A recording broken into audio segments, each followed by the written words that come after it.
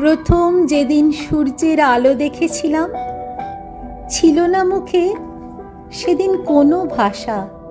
ক্ষুদ্র দুটি বাহু প্রসারিত করে মহাবিশ্বের গোলক ধাঁধায় ছিল এক নির্ভরশীল হাতের অনুসন্ধিৎসা।